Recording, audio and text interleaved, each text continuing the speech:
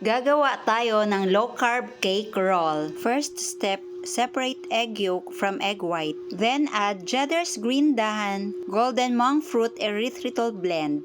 Then add vanilla flavor and whisk to incorporate all the ingredients. By the way, yung list of ingredients ay ilalagay ko sa last part ng video na ito. Please like and share this video and follow me for more low-carb recipes and health tips. Then add all-purpose cream and coconut oil and whisk to achieve a smooth consistency.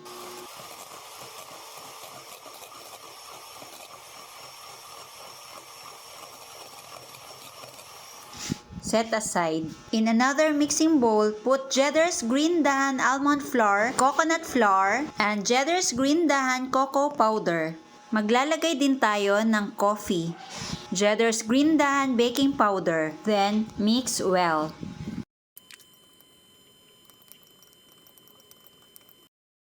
Ngayon, mix na po natin ang dry and wet ingredients. Whisk lang po natin ito para mawala yung mga lumps until we achieve a smooth consistency.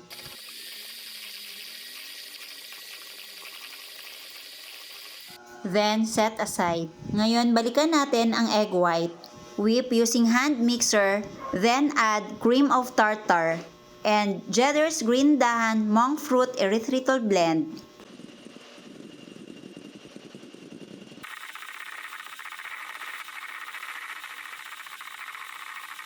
Ngayon, magdadagdag lang po ako ng flavored stevia drops, vanilla flavor. Continue whipping until stiff peak.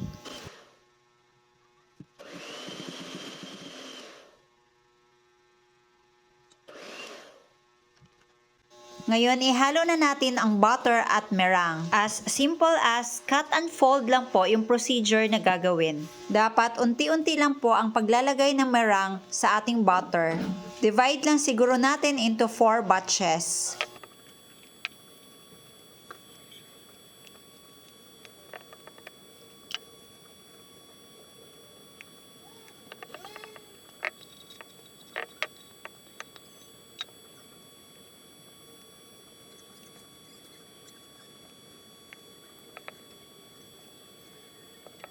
Ngayon, ilipat na natin sa molder. At spread lang yung butter para pantay.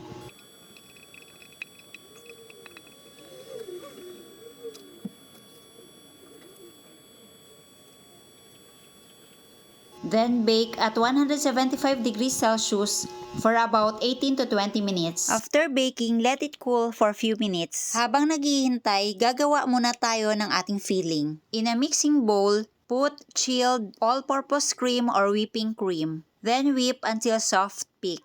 Now, gradually add Cheddar's green dahan pure allulose. Continue mixing until stiff peak.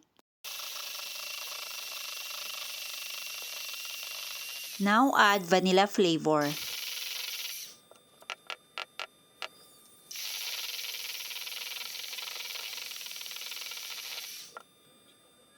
Ngayon, magdadagdag lang po ako ng Cheddar's green dahan flavored stevia drops. At ngayon, ilagay po natin sa piping bag ang filling para mas mabilis pag-spread sa cake.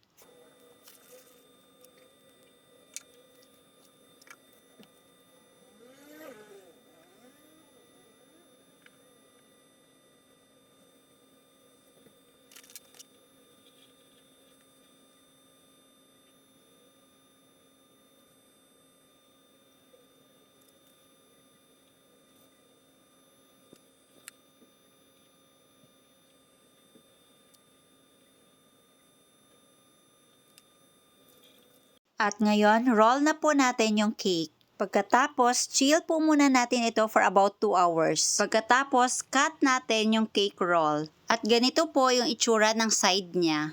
O, 'di ba? Ang ganda. Measure lang po natin yung length ng cake based sa packaging. Tapos, mag-frosting na po tayo. Yung ginamit ko po dito ay all-purpose cream, Cheddar's green dahan, cocoa powder, at konting coffee. At lagyan lang po natin ng konting design. Yung parang sinuklay lang. Kahit hindi perfect, okay lang yan kasi hindi naman po natin ito ibebenta. At ngayon ilagay na natin sa packaging. And repeat the same procedure sa mga natira. Ngayon gagawa lang po ako ng frosting. Pang-design lang natin sa cake roll. Just whip butter hanggang sa maging very pale yung color. Then, gradually add sweetener at ilipat natin sa piping bag.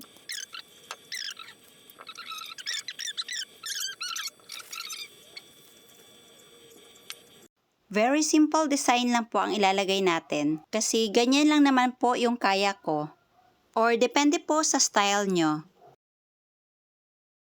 Ngayon, maglalagay lang po tayo ng konting cocoa powder para may konting pa-effect. Wow! Tapos maglalagay lang ako ng marshmallows para dagdag color, para hindi masyadong boring. At ayan, tapos na ang ating red ribbon cake roll, yellow ribbon cake roll. At ngayon, tikman na natin. O ayan, tingnan nyo naman, soft na soft, parang regular cake. Sino ba naman magsasabi na gawa ito sa almond and coconut flour? At ngayon, ang paghuhusga. Perfect! Sobrang soft as in, oh. Nakikita nyo yan? Ayan, oh. Soft talaga siya as in, oh. Alam mo yung naghahalo talaga, well blended talaga yung coffee and choco. Very soft yung cake. Para talaga siyang regular, alam nyo, fan talaga ako ng mga cake roll. Sobrang sarap. Almost the same. Perfect.